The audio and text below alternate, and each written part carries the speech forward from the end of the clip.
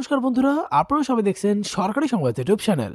বন্ধুরা, আবারও কিন্তু আমাদের পুরো রাজ্য জুড়ে দুয়ারে সরকার ক্যাম্প, সাথে কিন্তু পাড়ায় পাড়ায় সমাধান প্রকল্পটাকে চালু করা হয়েছে। আর এটা কিন্তু আগামী পুরো ফেব্রুয়ারি মাস জুড়েই চলতে চলেছে। বন্ধুরা, সাধারণ মানুষের মনে জায়গা নেওয়ার জন্যই কিন্তু মমতা সরকার এই দুয়ারে সরকার ক্যাম্পটা চালু করে। যেই ক্যাম্পের ভেতরে আপনি মমতা সরকারের একাধিক প্রকল্পে আবেদন করতে পারবেন, যেগুলি থেকে আপনি প্রতি মাসে মাসে নানান আর্থিক সাহায্য সরাসরি আপনাদের ব্যাংক অ্যাকাউন্ট পাবেন।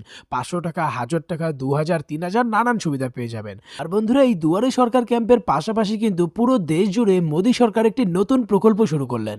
হ্যাঁ বন্ধুরা, এই প্রকল্পটির নাম হচ্ছে ইন্দিরা গান্ধী জাতীয় সামাজিক সহায়তা কর্মসূচি। এই প্রকল্পে আবেদন করলে বন্ধুরা আপনারা 40,000 টাকা পর্যন্ত আর্থিক সাহায্য পেয়ে যাবেন। তো বন্ধুরা দেখুন, এই নতুন প্রকল্প সম্পর্কে হেডলাইনে বড় বড় করে বলা হয়েছে যে সারা দেশ জুড়ে চালু হলো একটি নতুন প্রকল্প। আবেদন করলে সবাই পাবেন 40,000 টাকা।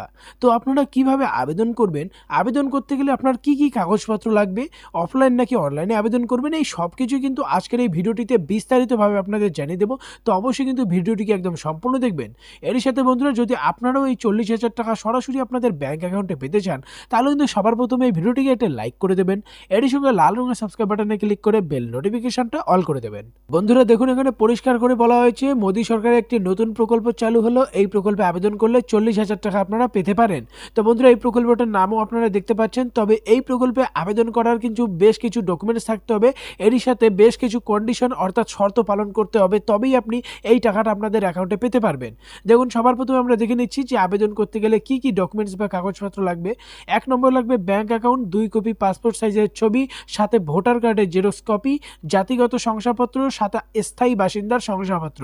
এই কাগজগুলি আপনার লাগবে। এবারে কথা হচ্ছে আপনার কি কি শর্ত পালন করতে হবে। দেখুন, একটা ইম্পর্টেন্ট বিষয়, অবশ্যই কিন্তু এই 40,000 টাকা পেতে হলে আপনাকে ইডব্লিউএস ক্যাটাগরির মধ্যে থাকতে হবে। আর আবেদনকারীর বয়স 18 থেকে 60-এর মধ্যে থাকতে হবে।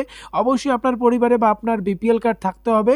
এরই সঙ্গে বলা হয়েছে এই 40,000 টাকা সুবিধা পেতে হলে কিন্তু আপনাকে অফলাইনে এটার জন্য আবেদন করতে হবে। অবশ্যই ভারতীয় নাগরিক হতে হবে। আপনার পরিবারে যদি কেউ মারা যায় তবেই কিন্তু আপনি এটাতে আবেদন করতে পারবেন। এরই সঙ্গে বন্ধুরা বলা হয়েছে এই 40,000 টাকা কিন্তু কেবলমাত্র মৃত ব্যক্তির পরিবারকেই দেওয়া হবে। এবার কথা হচ্ছে কিভাবে আবেদন করবেন। দেখুন, বলা হয়েছে এই 40,000 টাকা সুবিধা পেতে হলে কিন্তু আপনাকে অনলাইনে আবেদন করতে হবে। আবেদন করার জন্য আপনার ডিস্ট্রিক্ট সোশ্যাল সিকিউরিটি অফিসারের সঙ্গে যোগাযোগ করতে হবে, অথবা বিডিও অফিস বা পৌরসভায় গিয়ে যোগাযোগ করলেও কিন্তু আপনি সহজেই আবেদনের ফর্মটা পেয়ে যাবেন।